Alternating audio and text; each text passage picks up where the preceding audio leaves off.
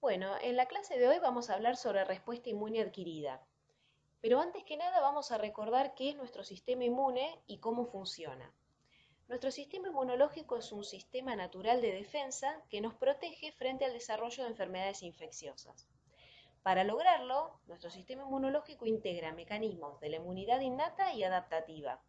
Ya hemos visto que la respuesta inmune innata tiene la característica de ser rápida, no requiere disposición previa al patógeno y es inespecífica. Por el contrario, la respuesta inmune adquirida sí requiere de una exposición previa al patógeno para activarse, es altamente específica y además genera memoria inmunológica, que también hemos visto que es la base de la efectividad en el empleo de vacunas. Bien, los protagonistas de la respuesta inmune adaptativa son los linfocitos B y los linfocitos T. Los linfocitos T van a mediar la inmunidad celular, ¿sí? Tanto los CD4 como los CD8, mientras que los linfocitos B van a diferenciarse a células plasmáticas productoras de anticuerpos y van a mediar la inmunidad humoral. Bueno, entonces, ¿qué es lo que las células de nuestro sistema inmune reconoce en los microorganismos para poder activarse? Bueno, lo que reconocen las células de nuestro sistema inmune son antígenos, ¿sí? Los antígenos son estructuras que forman parte de microorganismos, pero también pueden formar parte de agentes infecciosos grandes como gusanos parásitos, de alimentos, de sustancias inhaladas, de órganos o tejidos trasplantados, o incluso los antígenos pueden ser componentes de nuestro propio cuerpo. Entonces, es muy importante que sepamos diferenciar entre lo que es un antígeno de lo que es un inmunógeno. Un inmunógeno es una sustancia capaz de inducir una respuesta inmune. Los antígenos de nuestro cuerpo no deberían funcionar como inmunógenos. ¿Sí? Nuestro cuerpo, nuestro sistema inmunológico ha desarrollado la habilidad de poder diferenciar entre lo propio y lo ajeno. Si los antígenos de nuestro cuerpo funcionaran como inmunógenos, nosotros desarrollaríamos enfermedades autoinmunes. También es importante tener en cuenta que los antígenos pueden tener características químicas de proteínas, hidratos de carbono, lípidos o ácidos nucleicos, y que las proteínas son las más inmunógenas, y le siguen en orden los hidratos de carbono, los lípidos y los ácidos nucleicos. Los linfocitos B, importantes protagonistas de la respuesta inmune adquirida, pueden ser activados por antígenos timo-dependientes o timo-independientes. La respuesta timo-dependiente requiere de la cooperación de linfocitos T colaboradores o CD4. Esta interacción o cooperación dará por resultado la diferenciación y proliferación de linfocitos B que han detectado antígenos de naturaleza proteica, los cuales, según acabamos de ver, por ser excelentes inmunógenos, generarán memoria inmunológica. Los anticuerpos que se producen en este caso son primeramente de tipo IgM, pero luego cambian de isotipo, bien sea IgG, IgA o IgE, dependiendo del estímulo adecuado. Por el contrario, en el caso de los antígenos timo-independientes, la producción de anticuerpos a cargo de los linfocitos B es independiente de su cooperación con linfocitos T colaboradores. Los antígenos de este tipo inducen principalmente anticuerpos del isotipo IgM, que son de baja afinidad y no generan memoria inmunológica. Estos antígenos son de naturaleza polisacarídica, como los polisacáridos de la cápsula bacteriana del neumococo.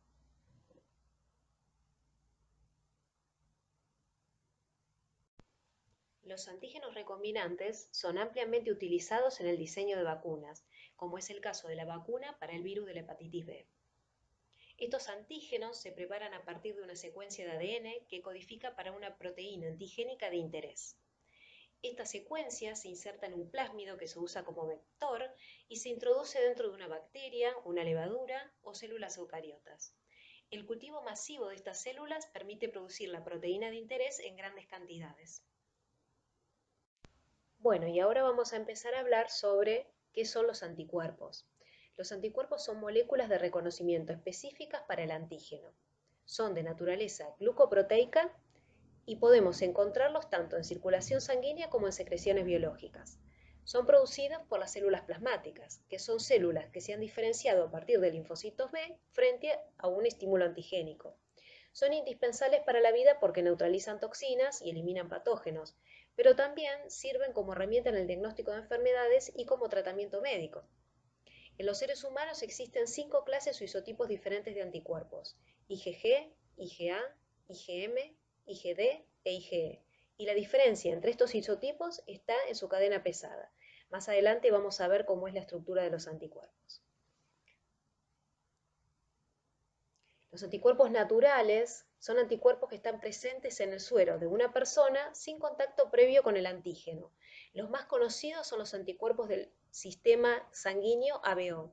La mayor parte de ellos son de tipo IgM, es decir, por su tamaño no pueden atravesar la placenta. Y se generan en respuesta a sustancias de origen bacteriano o vegetal que tienen una composición química semejante a los antígenos de grupo. En la figura se muestra la relación de anticuerpos con los días de su aparición en una respuesta inmune primaria y secundaria contra un antígeno timo-dependiente. Recordemos que este tipo de antígenos son antígenos de naturaleza proteica.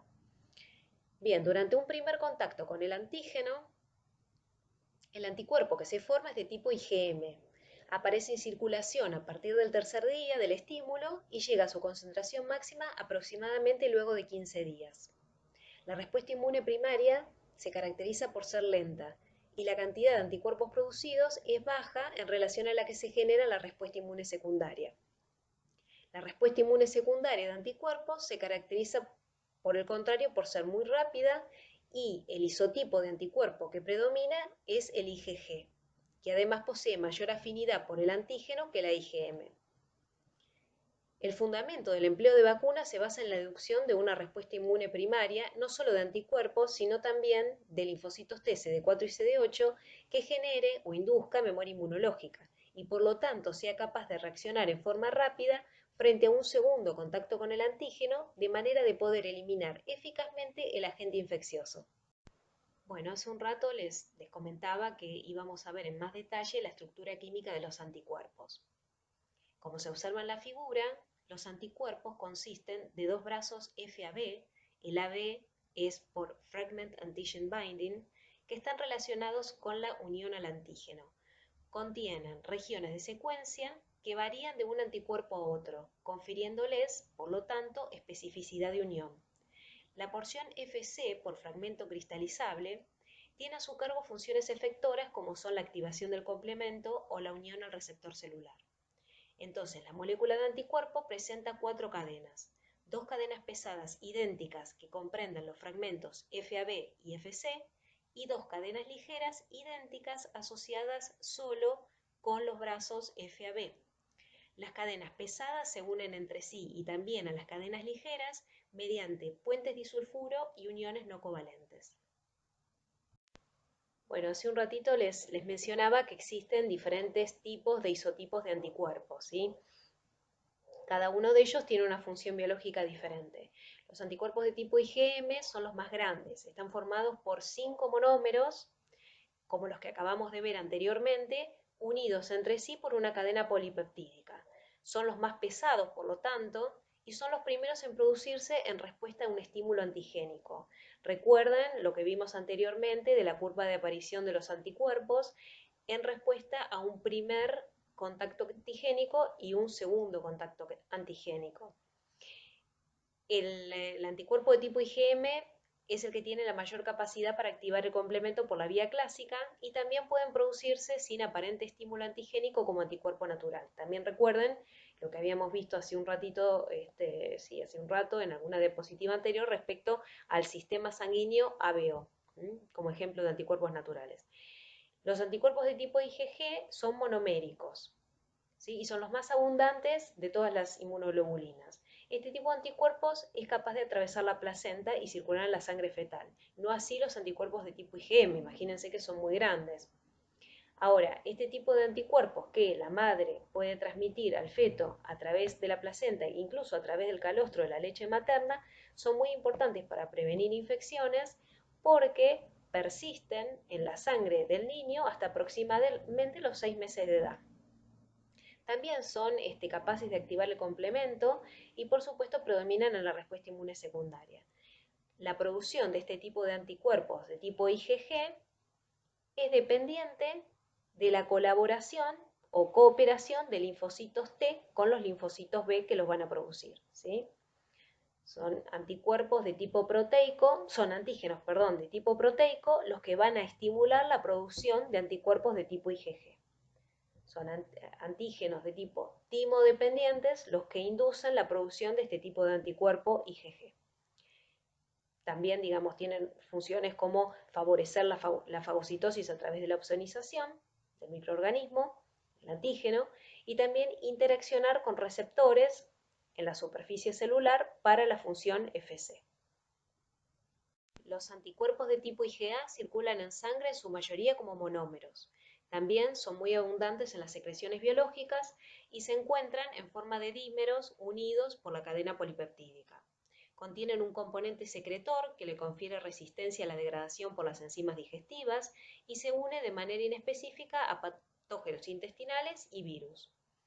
Los anticuerpos de tipo IgE son monoméricos y en condiciones normales se encuentran en concentración muy baja en circulación sanguínea. Sus niveles aumentan, eso sí, en alergias y ciertas parasitosis. En esta diapositiva tenemos un cuadro que resume las principales características de cada una de los isotipos de los distintos anticuerpos y también se muestra su estructura. Bueno, dijimos que los anticuerpos tienen dos porciones, una porción FAB, que es la porción variable, y es la que se va a unir específicamente a un epítope antigénico, y otra porción que es la porción FC. Esta porción es idéntica para todos los anticuerpos de la misma clase y tiene la habilidad de activar la vía clásica del complemento y también estimular a las células fagocíticas. ¿Cómo es que ocurre esto? Bueno, en la membrana de los fagocitos o células fagocíticas existen unos receptores para la porción Fc de los anticuerpos.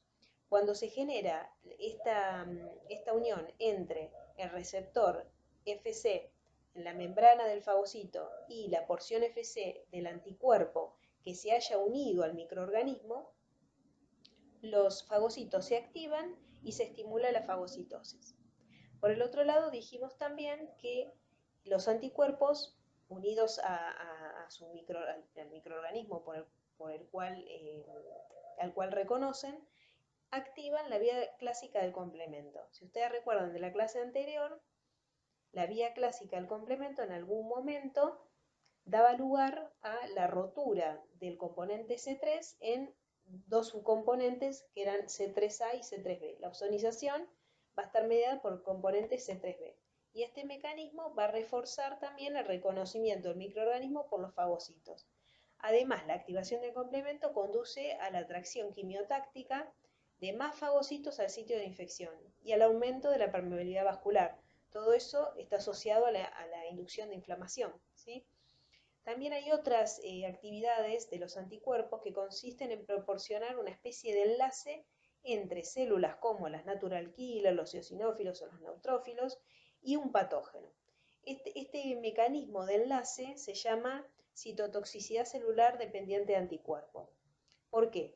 Porque justamente esta unión de los receptores en la membrana de estas células que acabo de nombrar, células natural killer, eosinófilos, neutrófilos, y esa unión del receptor con la porción Fc del anticuerpo, unido al patógeno, por ejemplo un parásito, va a estimular la degranulación de los gránulos que estas células tienen en su citoplasma. Y esa degranulación va a dar lugar a la lisis del microorganismo.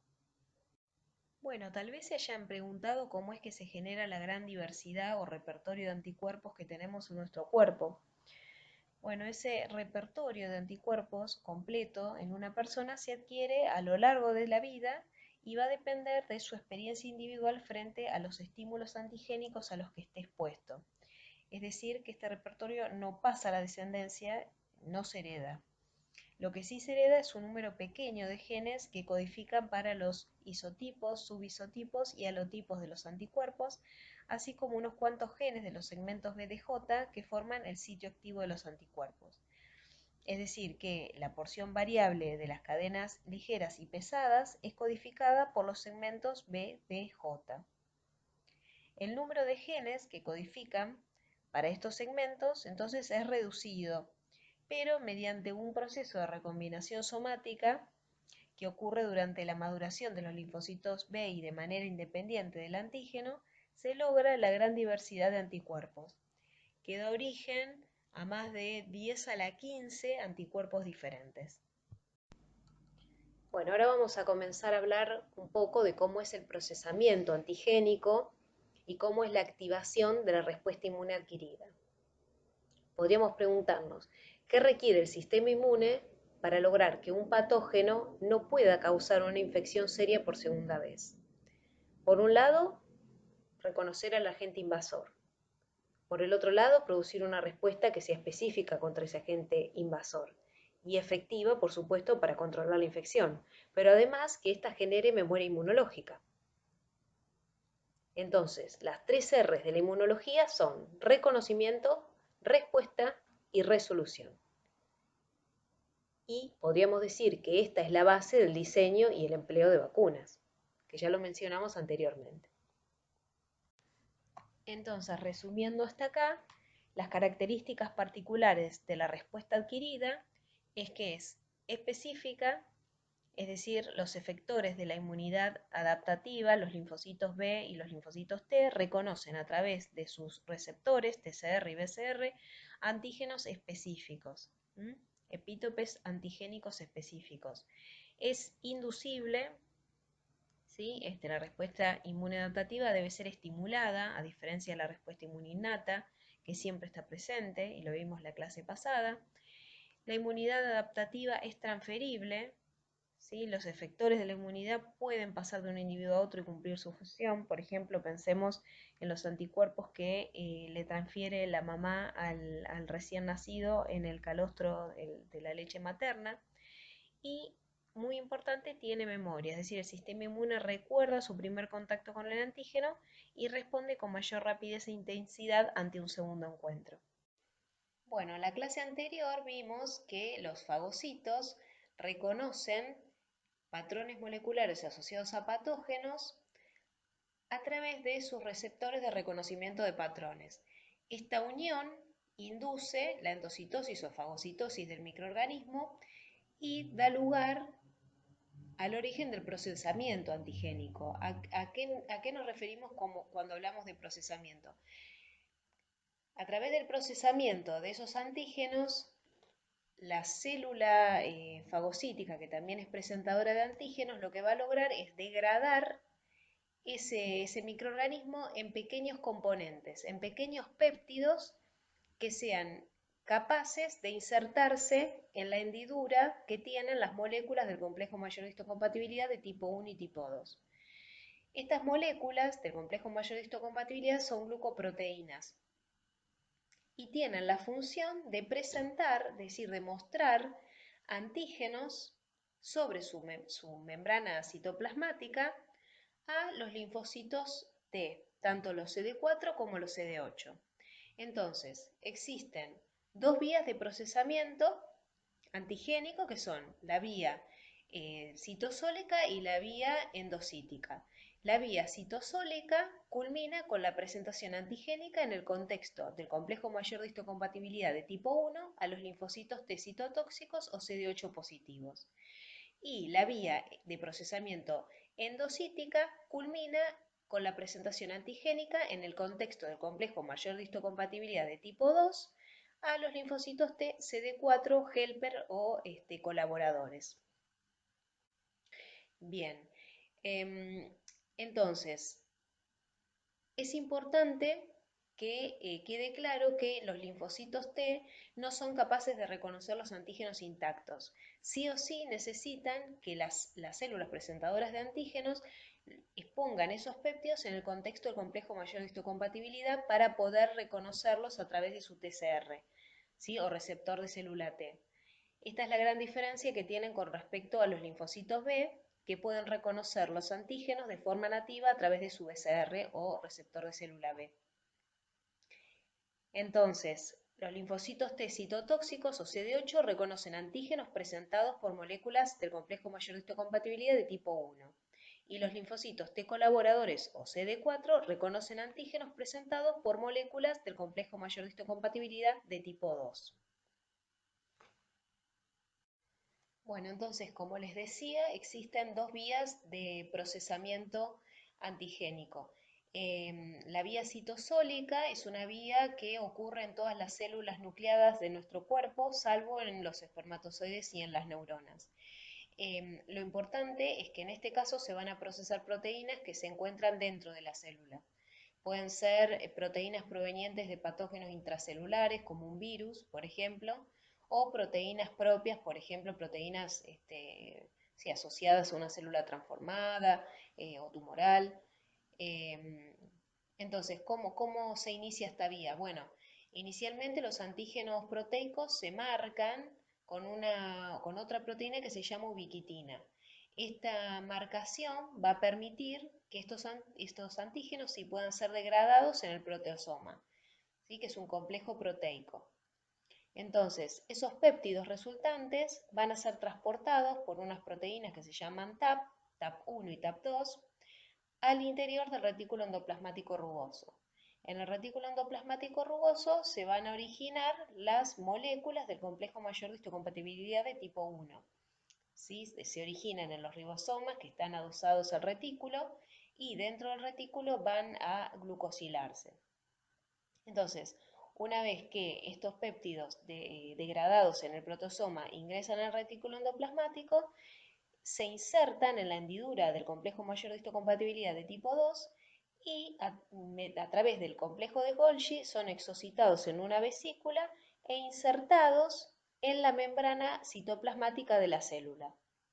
Entonces, de esta manera, el complejo mayor de histocompatibilidad de tipo 1 expone los péptidos insertados en su membrana a los linfocitos citotóxicos o CD8 positivos.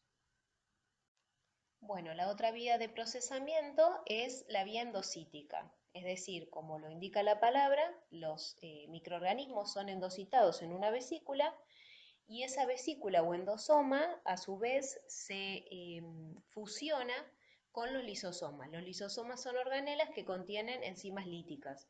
Entonces, producto de esta asociación, lo que va a ocurrir es que esos microorganismos van a ser degradados en péptidos pequeños. Al mismo tiempo, en el retículo endoplasmático rugoso, al igual que en el caso anterior, se va a sintetizar la molécula del complejo mayor de histocompatibilidad de tipo 2. Pero en este caso, el sitio de unión que tiene esta molécula de MHC2 al péptido está bloqueado por una proteína.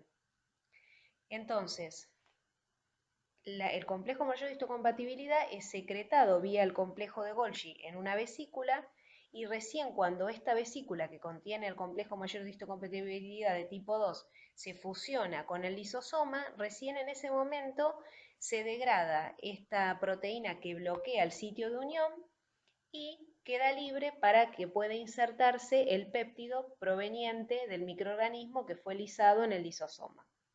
¿Sí? Entonces se carga el péptido en el complejo mayor de histocompatibilidad de tipo 2 y este es transportado a la membrana citoplasmática de la célula, presentadora de antígeno, que ahora va a exponer ese péptido a los linfocitos T, CD4 o helper. Bueno, en esta diapositiva tienen un cuadro que compara distintas características de las dos rutas de procesamiento antigénico que describí anteriormente. Bueno, hasta acá ya vimos cuáles son las diferentes rutas de procesamiento de los antígenos, pero digamos, ¿dónde y cómo ocurre la presentación antigénica? Bueno, imagínense que los linfocitos B y los linfocitos T dejan, digamos, los que son inmunocompetentes, dejan los órganos linfoides primarios en donde se originan, ¿sí? La médula y el timo, y se dirigen hacia localizaciones específicas dentro de los órganos linfoides secundarios. Allí van a estar a la espera de encontrar antígenos que tengan una estructura complementaria a la estructura que tiene su BCR o su TCR. Entonces, en la figura está representada la presentación antigénica que hace una célula dendrítica a un linfocito T en el ganglio linfático. Imagínense que el linfocito T encuentra a un antígeno presentado por la célula dendrítica que es complementario a su TCR. En ese caso, la unión entre la célula dendrítica y el linfocito T va a dar lugar a la activación de este linfocito y eso a su vez va a generar la proliferación clonal de esa célula, que va a dar lugar a un montón de otras células que van a tener el mismo TCR, es decir, van a ser capaces de reconocer ese mismo antígeno por un mecanismo de proliferación o expansión clonal. Entonces, lo que se van a generar son, por un lado, poblaciones de linfocitos T efectores que van a volver atraídos al sitio infectado para llevar a cabo sus funciones efectoras, y también se van a generar linfocitos T de memoria. Ahora vamos a ver que para que el linfocito T se active no es necesario solamente la unión primaria entre el antígeno presentado en el contexto mayor de histocompatibilidad de tipo 1 o 2 con la célula T, sino que también son necesarias otras dos señales. Ahora vamos a discutir eso. Bueno, antes de continuar con la activación del linfocito T una vez que se encuentra con su antígeno presentado por la célula presentadora de antígeno, vamos a hablar un poco de cómo es la estructura del TCR. El TCR entonces es la parte, es el receptor de célula T, es la parte del linfocito T que va a interactuar con el complejo MHC péptido. Desde el punto de vista químico es una molécula unida a la membrana, compuesta por cadenas alfa y beta, vinculadas o unidas por enlaces covalentes de tipo disulfuro.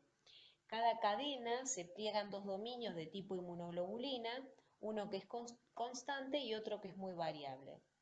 Sabemos que existen dos tipos de TCR, la mayoría son alfa-beta, pero también hay otro linaje de linfocitos T que es gamma-delta. Bueno, el complejo correceptor CD3 tiene la función de transmitir al interior celular las señales resultantes de la unión al antígeno. Bueno, los linfocitos T también expresan correceptores para las moléculas del MHC. Si estos correceptores son CD4 o CD8. Las moléculas CD8 actúan como correceptores para las moléculas del complejo mayor de histocompatibilidad de tipo 1 y, como ustedes ya saben, son características de los linfocitos T citotóxicos o CD8. Las moléculas CD4 actúan como correceptores para las moléculas de MHC2 y se encuentran en los linfocitos T colaboradores o helper o CD4 positivos, que son los que van a colaborar en la activación y maduración de linfocitos B y también de linfocitos T citotóxicos. Sí.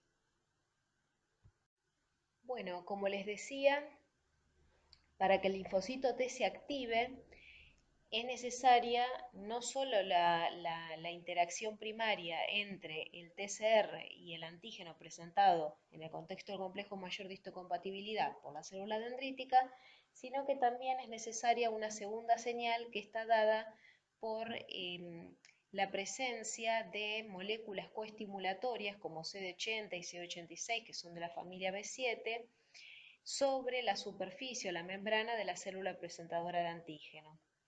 ¿Sí? Esta interacción de las moléculas coestimulatorias con sus respectivos receptores en el linfocito T regula la respuesta inmune incrementando la expansión clonal de los linfocitos T, la magnitud y la duración de estas respuestas, y la producción de citoquinas como la interleuquina 2 y además previene la inducción de anergia de los linfocitos T, que es la ausencia de respuesta ante el antígeno para el cual es específico. Es decir, es absolutamente necesario, con la sola unión del TCR al antígeno no se va a inducir la proliferación clonal. Es absolutamente necesaria, además de esa unión primaria, la unión de moléculas coestimulatorias expresadas en la superficie de la CPA con su respectivo receptor en la superficie del linfocito T.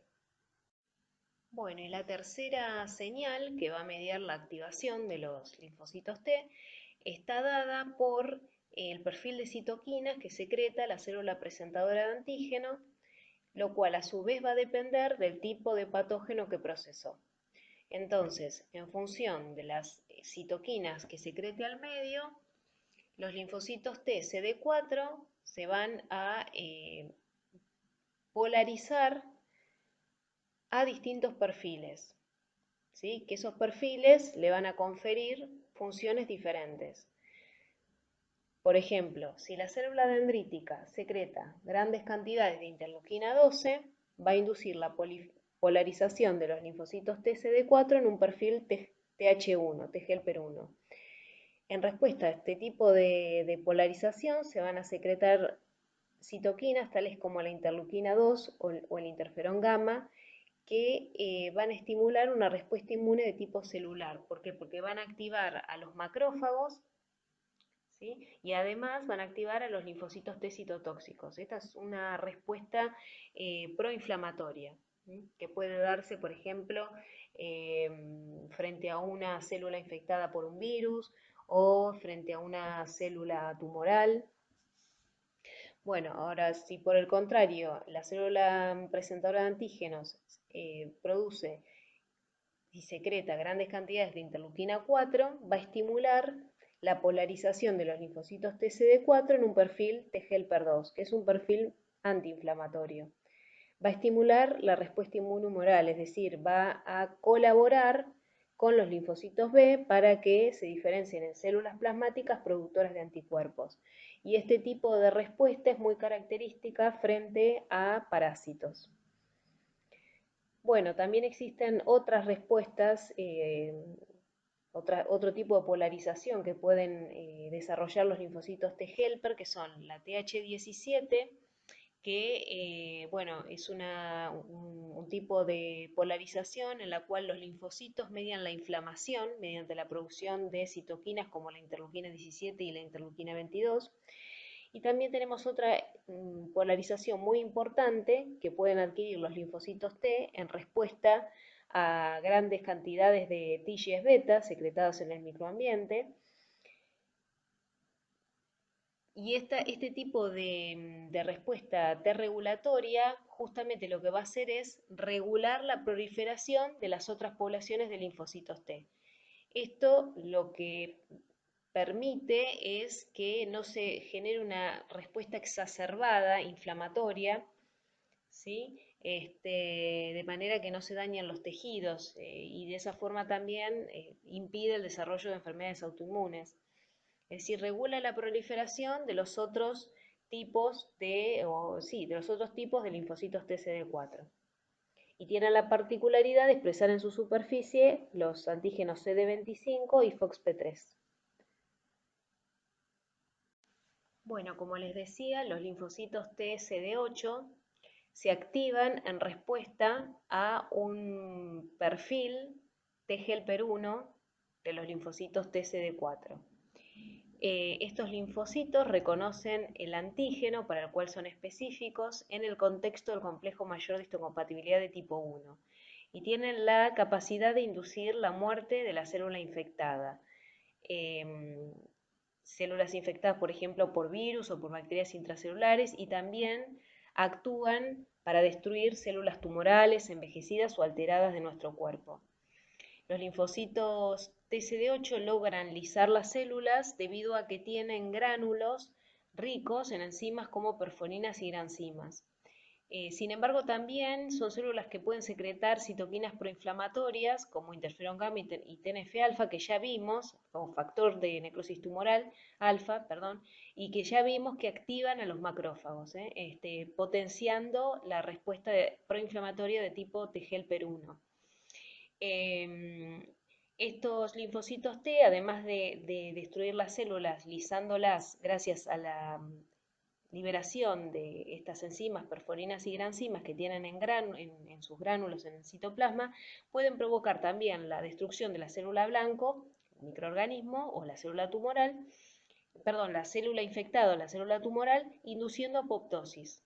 Apoptosis es muerte celular programada y lo hacen vía el ligando Fas. Bueno, los linfocitos B, que son los otros grandes protagonistas de la respuesta inmune adquirida, se generan a partir de un progenitor linfoide en médula ósea. Aquellos que son inmunocompetentes, que es decir, que ya adquirieron su BCR y que no reconoce péptidos propios, migran inmaduros hacia la periferia y a los órganos linfoides secundarios para entrar en contacto ahora sí con antígenos extraños. Los linfocitos B terminalmente diferenciados en plasmocitos y las células B de memoria finalmente retornan a médula ósea y tejidos linfoides asociados a mucosa. Bueno, esta diapositiva muestra la estructura del BCR. El BCR está constituido por una inmunoglobulina de superficie que está asociada con un heterodímero formado por las cadenas Ig-alfa e Ig-beta. La inmunoglobulina que forma parte del BCR, si se fijan, no es otra cosa que una molécula de anticuerpo asociada con la membrana. Estos anticuerpos, como vimos anteriormente, están constituidos por 4 cadenas polipeptídicas, 2 cadenas pesadas idénticas entre sí y 2 cadenas livianas o ligeras también idénticas entre sí. La unión de las 2 cadenas pesadas y de las cadenas livianas de cada una de las cadenas livianas con la cadena pesada se establece a través de puentes disulfuro. La porción variable de las cadenas pesadas y livianas, recordemos que cada una de las cadenas pesadas y livianas tienen una porción variable que es la que se une al antígeno y una porción constante. Entonces esa porción variable participa, como estoy diciendo, en el reconocimiento del antígeno y se denomina parátope. Bueno, esto también ya lo habíamos mencionado, pero está bueno repetirlo y se refiere a que los linfocitos B, a diferencia de los linfocitos T, son capaces de reconocer al antígeno en forma nativa, ¿sí? A través de su BCR. No necesitan células presentadoras de antígenos porque los linfocitos B son células presentadoras de antígenos. Así que bueno, que quede claro ese concepto. Bueno, existen diferentes poblaciones de linfocitos B. Tenemos los linfocitos B2, los linfocitos B1 y los linfocitos de la zona marginal del vaso. Los linfocitos B2, que son la mayoría, se encuentran en los órganos linfoides secundarios y también en circulación. Expresan en su membrana simultáneamente IgM y también IgD. Este tipo de linfocitos, para diferenciarse en células plasmáticas productoras de anticuerpos, requieren de la cooperación o de la interacción con linfocitos T helper que se han diferenciado en un perfil Th2.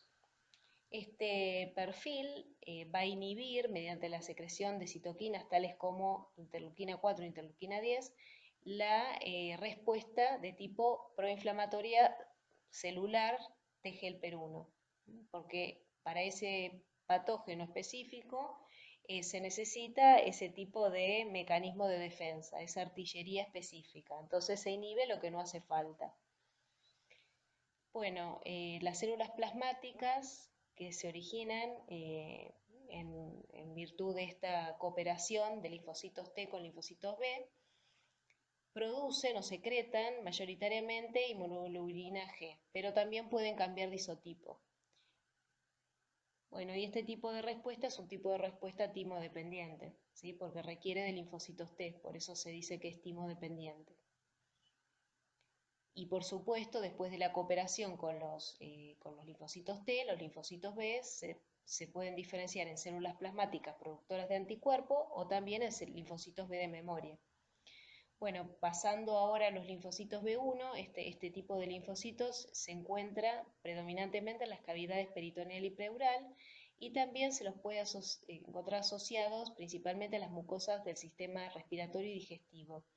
Secretan mayoritariamente IgM y también IgA y prácticamente no secretan IgG, al contrario de lo que ocurre con los linfocitos B2.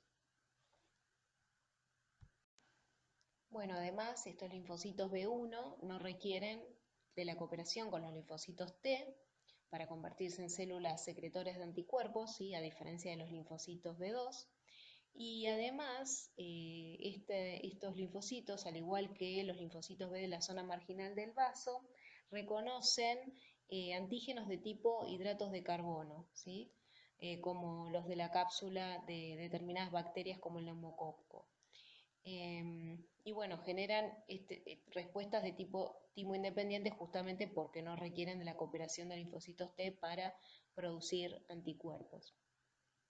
Los linfocitos de la zona marginal del vaso son muy importantes porque son los primeros en entrar en contacto con antígenos que circulan en la sangre. El vaso es el único órgano linfoide que no recibe circulación linfática, solo recibe circulación sanguínea. entonces funciona como un filtro para la sangre. Y estos linfocitos son muy importantes, sobre todo, como decía antes, frente al ingreso de bacterias que tienen cápsula. Generan células plasmáticas secretoras de inmunoglobulina M mayoritariamente, casi no secretan inmunoglobulina G. Bueno, otra vez no requieren de la cooperación con linfocitos T. Y generan también respuestas de tipo timo independientes, por este motivo. Bueno, entonces, en virtud de lo que estuvimos hablando recientemente de las distintas poblaciones de linfocitos B, podemos decir que los linfocitos B pueden ser activados entonces por dos vías diferentes dependiendo de la naturaleza del antígeno. Si el antígeno es de naturaleza proteica, la activación de los linfocitos se dice que es timodependiente. Es decir, por medio del BCR o receptor de célula B, el linfocito B reconoce el antígeno, lo endocita, lo procesa y lo presenta en el contexto del complejo mayor de histocompatibilidad de tipo 2 a los linfocitos T helper CD4, ¿sí? Como cualquier otra célula presentadora de antígeno. Igual que en cualquier otra presentación antigénica, las moléculas accesorias o coestimulatorias estabilizan esa unión entre ambos linfocitos. Esa interacción estimula la liberación de citoquinas que están, por un lado, involucradas en la inducción de la proliferación y diferenciación de los linfocitos B en células plasmáticas productoras de anticuerpos o linfocitos B de memoria, y por el otro lado, esas citoquinas están involucradas en la inhibición de los otros tipos de respuesta, como por ejemplo la inhibición de la respuesta TGLP1, que es una respuesta proinflamatoria y de tipo celular, ¿sí? Como ya vimos anteriormente. Además, en este tipo de respuesta se propicia el cambio de isotipo de los anticuerpos, ¿sí? IgG, IgE, IgA.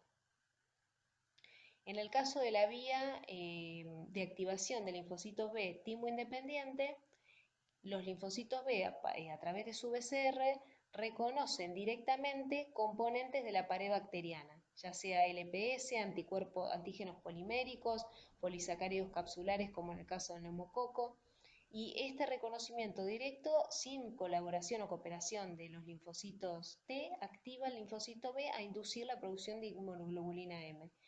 Y bueno, este tipo de activación no genera memoria, ¿sí? Como en el caso de la vía timodependiente. Bueno, esta diapositiva es simplemente para reforzar lo que estuvimos hablando recién acerca de cómo es la colaboración entre los linfocitos T y B frente a antígenos de tipo timodependientes, justamente. Digamos que el antígeno capturado por el BCR de superficie del linfocito B es internalizado dentro de un endosoma, procesado y presentado en la superficie celular por una molécula del complejo mayor de histocompatibilidad de tipo 2. Entonces las células B y T activadas independientemente, porque el linfocito T ya está activado, porque hubo una previa presentación antigénica por una célula dendrítica madura, pueden interactuar, ¿sí? El linfocito B le presenta al linfocito T el antígeno que expone en su complejo mayor de histocompatibilidad, y esta unión primaria a su vez va a estimular o va a activar la coestimulación dependiente de CD40 ligando. Además, el linfocito T va a secretar interleuquina 4, que digamos como tercera señal también va a ser esencial para el switch o el cambio de isotipo de los anticuerpos, la expansión clonal de los linfocitos B y la diferenciación de estas células a células efectoras productoras de anticuerpos. Bueno, aquí tienen un gráfico que integra los mecanismos de la respuesta inmunohumoral y la respuesta inmune celular.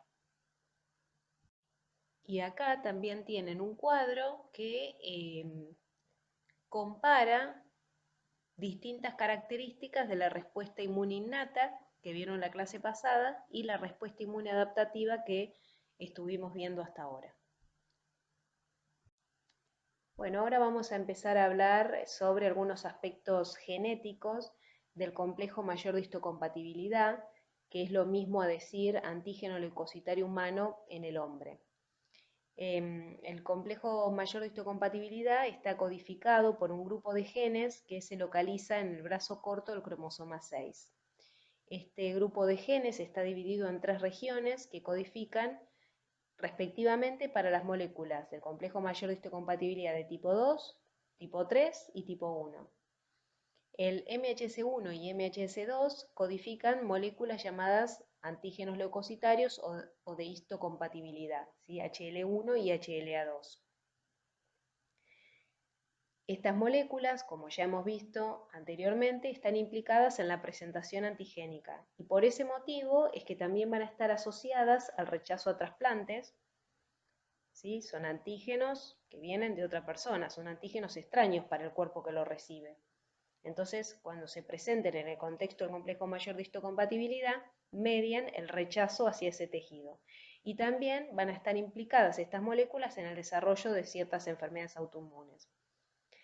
Lo mismo es decir HLA1 que MHC1 y HLA2 a MHC2, es lo mismo. Entonces las moléculas de HLA1 van a participar en la presentación de antígenos y activación específica de linfocitos T CD8 positivos o citotóxicos, y las moléculas HLA2 en el hombre, que es lo mismo que decir MHC2, van a participar en la presentación de antígenos y activación de linfocitos T helper, colaboradores o CD4 positivos. En el caso del HLA3, este grupo de genes van a codificar para componentes del complemento, ¿sí? Bueno, entonces hay 3 características que definen al complejo mayor de histocompatibilidad. Una de ellas es que es poligénico. ¿Qué quiere decir esto? Bueno, ya dijimos que está codificado por un grupo de genes, ¿sí? Son varios genes los que codifican para el MHC, por eso se dice que es poligénico. También dijimos que está constituido por diferentes loci. La palabra loci es el plural de la palabra locus. Locus significa el lugar que ocupa un gen en un cromosoma. Siempre vamos a tener un alelo materno y un alelo paterno, porque están dentro de un cromosoma, cada uno de los cuales proviene de la madre y otro proviene del padre.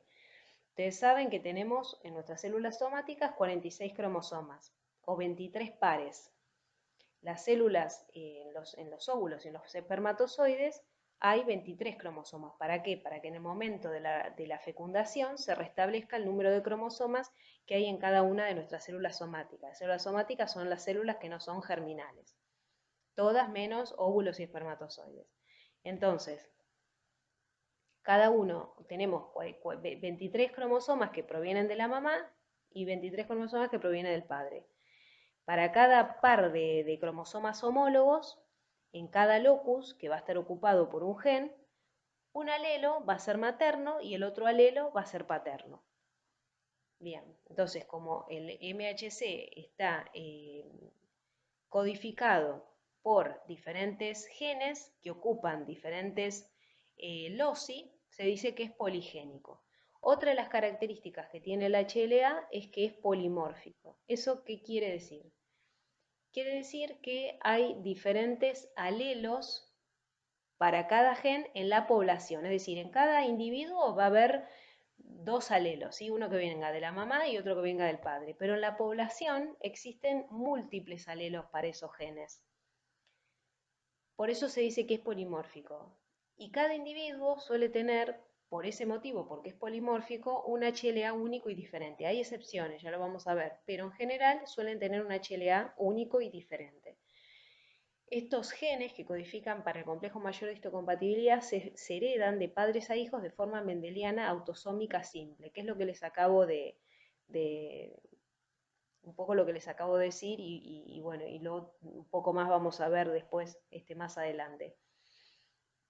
Ambos alelos se expresan, también es la tercera característica, es que ambos alelos del gen se expresan en el fenotipo de forma codominante. A ver, ¿esto qué quiere decir? Los dos alelos se van a expresar, los dos alelos que forman parte del genotipo se van a expresar con la misma intensidad, la misma fuerza en el fenotipo. ¿Qué ocurre cuando no ocurre esto? Bueno, Cuando no ocurre esto, hay un alelo de los dos que es dominante y el otro se dice que es recesivo. Cuando hay un alelo dominante y otro recesivo en el genotipo de una persona, el que se expresa en el fenotipo es el dominante, el recesivo no se expresa. En este caso, perdón, como es codominante, ambos alelos, el de la madre y el que viene del cromosoma materno y el que viene del cromosoma paterno, ambos alelos de ese gen se van a expresar y ver en el fenotipo. El fenotipo es lo que podemos ver.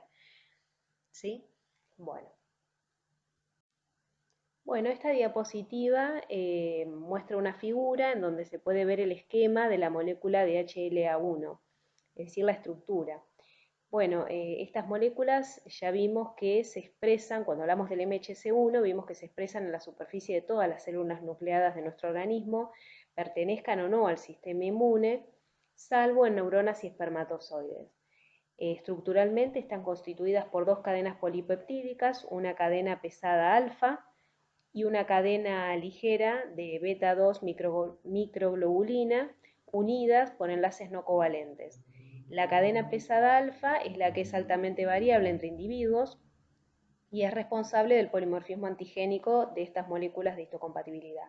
La cadena pesada tiene tres dominios, alfa 1, alfa 2 y alfa 3, una región transmembranal y un dominio intracitoplasmático. Los dominios alfa 1 y alfa 2 son los que contienen secuencias de aminoácidos variables que van a determinar la especificidad antigénica de las moléculas. La cadena beta 2 microglobulina es invariante, es decir, no es variable, no polimórfica, y el gen que la codifica está presente en el cromosoma 16. Bueno, en esta otra diapositiva se muestra la estructura de las moléculas de HLA2. Como vimos cuando hablamos de MHC2, estas moléculas también son glucoproteínas, al igual que las moléculas de HLA1, pero se encuentran en la superficie solamente de las células presentadoras de antígenos, tales como las células dendríticas, los macrófagos, los linfocitos B. Bueno, estructuralmente están formadas por dos cadenas, una cadena alfa y otra liviana, una cadena pesada alfa y otra cadena liviana beta, que están asociadas entre sí por uniones no covalentes. Este tipo de unión no covalente son uniones débiles, a diferencia de las uniones covalentes. Ambas cadenas están constituidas por dominios extracelulares, alfa 1 y alfa 2, beta 1 y beta 2, que están a su vez anclados a una porción transmembranosa y a un dominio intracitoplasmático. Los dominios alfa 1 y beta 1 son los que forman el sitio de unión al antígeno, ¿sí? O PBS por su sigla en inglés. Bueno, en esta diapositiva vamos a hablar sobre cómo es el esquema de herencia de las moléculas de HLA en el hombre y cuál es su relación con la enfermedad. Bueno, en los seres humanos, cada alelo de un HLA recibe una designación numérica. A su vez, todos los individuos heterocigotos tenemos dos haplotipos de HLA, uno que viene de origen paterno y otro de origen materno. Antes de continuar, quisiera aclarar ciertos conceptos. Primero, ¿a qué llamamos individuos heterocigotos? Estamos hablando del genotipo, ¿sí? de estas personas. Cuando decimos que son heterocigotos, estamos diciendo que el haplotipo materno difiere del haplotipo paterno. Cuando el haplotipo materno es igual al haplotipo paterno, hablamos de homocigotos. En el caso de que sean diferentes, hablamos de heterocigotos. Entonces, eso por un lado. Después, ¿a qué nos referimos cuando hablamos de un haplotipo? Un haplotipo es el conjunto de alelos que van a codificar para el HLA en cada cromosoma. ¿Sí? Es el conjunto de alelos asociado a cada uno de los cromosomas, el materno y el paterno, que van a codificar para las moléculas de HLA. ¿Sí? Cada alelo es una versión de ese gen. ¿Sí? ¿Se acuerdan que ocupaban un locus, ¿sí? Un lugar en el cromosoma? Entonces, cada gen tiene dos alelos, uno que viene de la madre y otro que viene del padre. El conjunto de alelos que codifican para el HLA en cada uno de los cromosomas se llama haplotipo. Recuerden que el HLA dijimos que era poligénico, ¿sí? Que estaba codificado por varios grupos de genes. Entonces el conjunto de los alelos de cada cromosoma, el materno y el paterno, que codifican para el HLA, se hace referencia al haplotipo. Bueno, si ustedes se fijan en la figura, van a ver cómo es el modo de herencia mendeliano. ¿Sí? Tienen en el ejemplo materno y paterno, está representado cada cromosoma con colores diferentes, ¿sí? Son los haplotipos de los progenitores. Y de acuerdo al modo de herencia mendeliano, solo son posibles 4 combinaciones de haplotipos en la descendencia. Ese es el esquema de herencia mendeliano. La figura que está por debajo es un ejemplo concreto de esquema de herencia mendeliana de los antígenos HLA. Las distintas combinaciones posibles. Fíjense que esos numeritos que se ven ahí se deben a lo que les decía anteriormente, que cada alelo de una HLA recibe una designación numérica, ¿sí? Bueno, entonces dijimos que la expresión de los productos del MHC en el fenotipo, ¿sí? en lo que nosotros vemos de la persona, en la superficie celular, digamos, a ver, les aclaro esto también porque para que se entienda, una cosa es el genotipo y otra cosa es el fenotipo. El genotipo es la constitución genética y el fenotipo es lo que se expresa. ¿Sí? Nosotros tenemos determinadas características físicas que hacen a nuestro fenotipo, pero esas características también pueden estar expresadas desde el punto de vista celular y no es que las vamos a ver, pero si me explico bien, es lo que se va a expresar, más allá de lo que uno tenga en el genotipo. En este caso dijimos que es codominante la expresión, entonces eso quiere decir que los dos alelos se van a expresar de la misma manera, con la misma fuerza y la misma intensidad en la membrana celular de las células de ese individuo, ¿sí? ¿Cuál es la importancia médica de las moléculas del complejo mayor de histocompatibilidad? Y bueno, tiene que ver absolutamente con el rechazo a los trasplantes, ¿sí? Ustedes recuerden que las moléculas de HLA son las que presentan antígenos. Y si, como les decía anteriormente, una persona recibe un tejido trasplantado, ese tejido, las células de ese tejido son inmunógenos en el cuerpo de otra persona. ¿Por qué? Porque cuando esas proteínas de esas células sean presentadas en el contexto del complejo mayor de histocompatibilidad de la persona que lo recibe, las células de su sistema inmunológico no están entrenadas para reconocerlas como propias, y por lo tanto van a reaccionar en contra de ellas, ¿sí? Van a reaccionar en contra de esos péptidos presentados en ese contexto del complejo mayor de histocompatibilidad o HLA. Además, estas moléculas de HLA están implicadas o asociadas a ciertas enfermedades autoinmunes.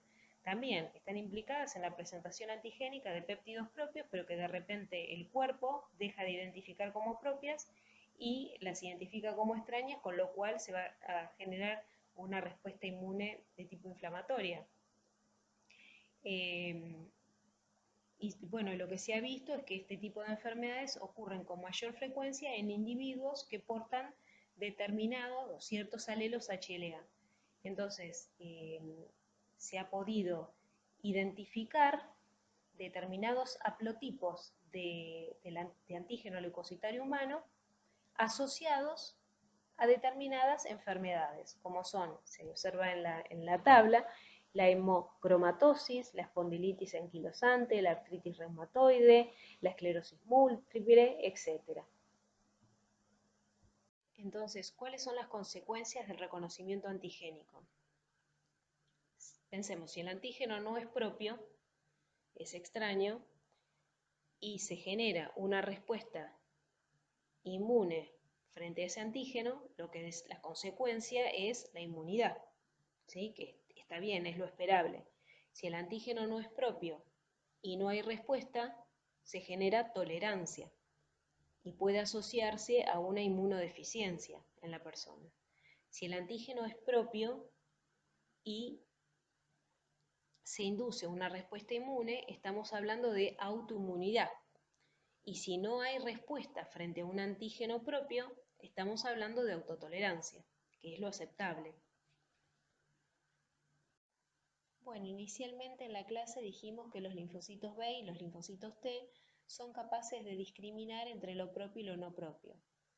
El mecanismo a través del cual se logra este propósito es un mecanismo de tolerancia inmunitaria, que como se imaginarán es absolutamente necesario para evitar la autorreactividad que caracteriza a las enfermedades autoinmunes. Entonces, mediante este mecanismo de tolerancia, el sistema inmunológico se asegura de eliminar las células que son autorreactivas, es decir, que eh, identifican como extrañas a las células, a las proteínas de nuestras células propias, y deja el resto del repertorio de células de linfocitos T y B sin alteración, ¿verdad?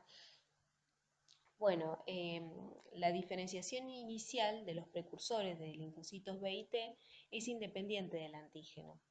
Es independiente hasta que los genes que codifican para los receptores de antígenos, BCR o TCR, se recombinan y se expresan en la superficie de dichas células. Luego de la expresión, en el caso particular de los linfocitos T, luego de la expresión del TCR en la zona cortical del timo, estos timocitos se vuelven dobles positivos, es decir, expresan tanto CD4 como CD8 en su superficie. Y en ese momento sufren un proceso de selección positiva a través del cual son seleccionados justamente positivamente aquellos linfocitos T que reconocen el MHC propio. Este mecanismo de selección positiva ocurre en la corteza del timo. Subsecuentemente, experimentan un proceso de selección negativa que ocurre en la médula y ocurre concomitantemente con la expresión de solo CD4 o solo CD8, o sea, se vuelven células que expresan solamente o el clúster de diferenciación CD4 o el CD8. Bien, y además este proceso de selección negativa implica que aquellos clones de linfocitos T que reconocen con, digamos, una alta afinidad los péptidos propios presentados en el contexto del complejo mayor de histocompatibilidad van a ser eliminados. Bueno, lo que le contaba recién son mecanismos de tolerancia central, ¿sí? Es tolerancia que ocurre en los órganos linfoides primarios, para los linfocitos T en el timo, para los linfocitos B en la médula ósea. Pero también ocurren mecanismos de tolerancia periférica una vez que los linfocitos T y B, bueno, pero ahora vamos a hablar de los mecanismos de tolerancia periférica de los linfocitos T, dejan los órganos linfoides primarios, o sea, en este caso los linfocitos T cuando dejan el timo, como células inmunocompetentes y viajan a localizaciones específicas dentro de los órganos linfoides secundarios. Allí pueden sufrir mecanismos de tolerancia periférica y bueno, y estos incluyen la anergia clonal, que es la inactivación funcional de linfocitos T autorreactivos, inducida por antígenos periféricos que son presentados en ausencia de moléculas coestimuladoras. Acuérdense que habíamos dicho que la coestimulación es muy importante para que se active el linfocito T. Si la presentación de los antígenos se da en ausencia de moléculas coestimulatorias, ese linfocito T sufre anergia clonal y termina muriendo por apoptosis. Otro mecanismo de tolerancia periférica es la supresión y es llevado a cabo por los linfocitos T regulatorios, ya sea mediante la secreción de citoquinas o vía directa, digamos, de contacto célula a célula. Recuerden que los linfocitos T reguladores eran linfocitos que justamente controlaban la sobreestimulación de las otras respuestas de linfocitos T helper CD4. ¿Sí? Entonces, mediante su accionar pueden suprimir la actividad de linfocitos T que eventualmente sean autorreactivos. Y un tercer mecanismo es la ignorancia inmunológica, que consiste en una ausencia de respuesta inmune y se cree que estaría relacionado con determinados antígenos que están ocultos por el sistema inmune, como son los antígenos, algunos antígenos oculares y testiculares. Bueno, en el caso de los linfocitos B, estos van a sufrir en la médula ósea la recombinación de los genes que codifican para las inmunoglobulinas y van a dar lugar a los diferentes BCRs o receptores de célula B. Allí también en la médula ósea se van a generar eventos de selección dentro de la médula ósea como parte de la tolerancia central, pero sin embargo, a diferencia de lo que ocurre para los linfocitos T, estos mecanismos no están bien caracterizados, ¿sí? Pero bueno, se cree que también sufren de lesión clonal, es decir, los linfocitos B que son inmaduros y autorreactivos son eliminados por apoptosis, o pueden editar su BCR y en el caso de que ahora estos linfocitos B con diferente especificidad dejen de ser autorreactivos, pasan a la periferia. Como mecanismo de tolerancia periférica podemos mencionar la anergia clonal, ¿sí? Que bueno, se da también, como en el caso de los linfocitos T, por ausencia de señales coestimulatorias en la superficie del linfocito T. Bueno, en esta última diapositiva se les muestra una tabla que describe distintos mecanismos de tolerancia central y periférica para linfocitos T y linfocitos B que estuvimos mencionando anteriormente. Bueno, muchas gracias por su atención, espero que hayan entendido y ahora a trabajar, a ponerse a realizar las actividades del seminario. Mucha suerte.